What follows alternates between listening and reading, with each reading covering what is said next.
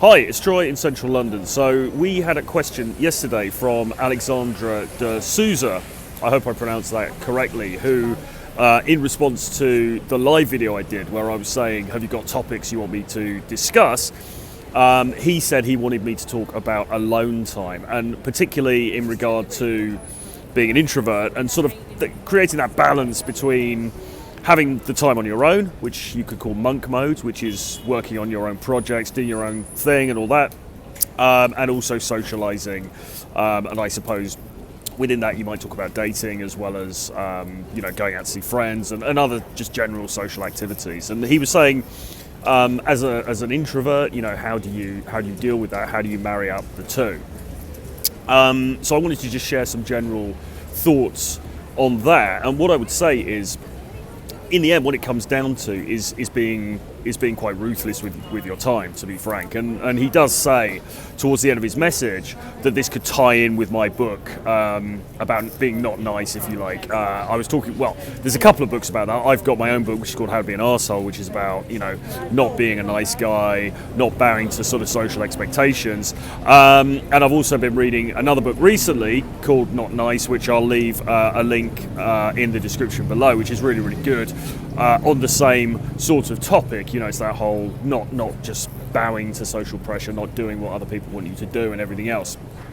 Anyway, yes, I think what it comes down to in the end is you need to be pretty ruthless with your time, and you need to just prioritize. And some of the most successful guys that I know are really, really good at doing this. They will be friendly, they'll be sociable, they will want to go out and hang out and everything else, but if they've got something to do, their phone is off and you are not getting hold of them. They are not responding to their text messages, they're not on WhatsApp, they're not responding to their social media pings or whatever. That's it. You can't get hold of them because they are on their purpose and they're doing their own thing for that period of time. Now, when they come out of that immersion, perhaps they're working on projects, maybe they're, one of them I know is a recording artist, so he does a lot of touring, and he does a lot of, obviously, writing and putting together projects and things. When he's off duty, when he's got some downtime, sure, he'll be there, he'll pick up the phone, he will be keen to meet up and hang out.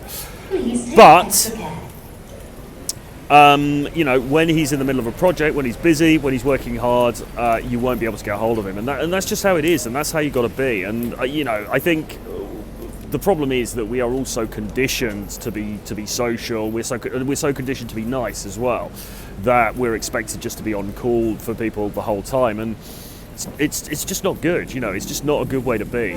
You've only got one opportunity on this planet.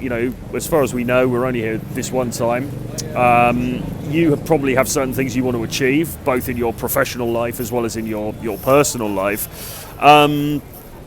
It takes time to do those things. I saw a really good tweet about this the other day where the tweeter had written something along the lines of, if you want to have an exceptional life, you've got to develop all of the characteristics that people say are bad, like things like narcissism, like Machiavellianism, like ruthlessness, like selfishness, like extreme focus on one's own goals at the expense of others and things like this. I mean, that's kind of how you got to be, and as harsh as it is to say it, really, it's by doing that, it's by being like that you're going to accomplish what you want. And don't feel guilty about it as well. That's the big thing. People feel guilty about this. They feel like they should be accessible the whole time. They feel like they should be, I don't know, like it's some 24 hours kind of like open all the time policy. It's not like that, man. You need to take that time alone.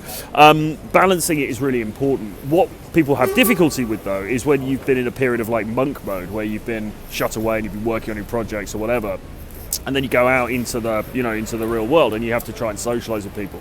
That transition can be difficult, and that's why when I work with clients who have very busy sort of analytical jobs and then they want to go out and socialize, I work with them on sort of warm-ups and things like that, warm-up exercises, social freedom exercises, because that enables them to get out of their head and get into that kind of friendly, fun, social mode, which you need to do. Anyway, listen, I'm going to leave it there for now. Because there's a really loud announcement going on in the background. If you want more of this kind of content from me, then do support me on Patreon. the link below. In my VIP members area, you get 2 additional videos per week that you won't get on YouTube. Yeah, sign up for my daily email list. The link is below. Free article from me Monday to Friday. And do hit the subscribe button for this channel and hit notifications so you are informed every time I release a new video. I'll see you very soon. Bye bye.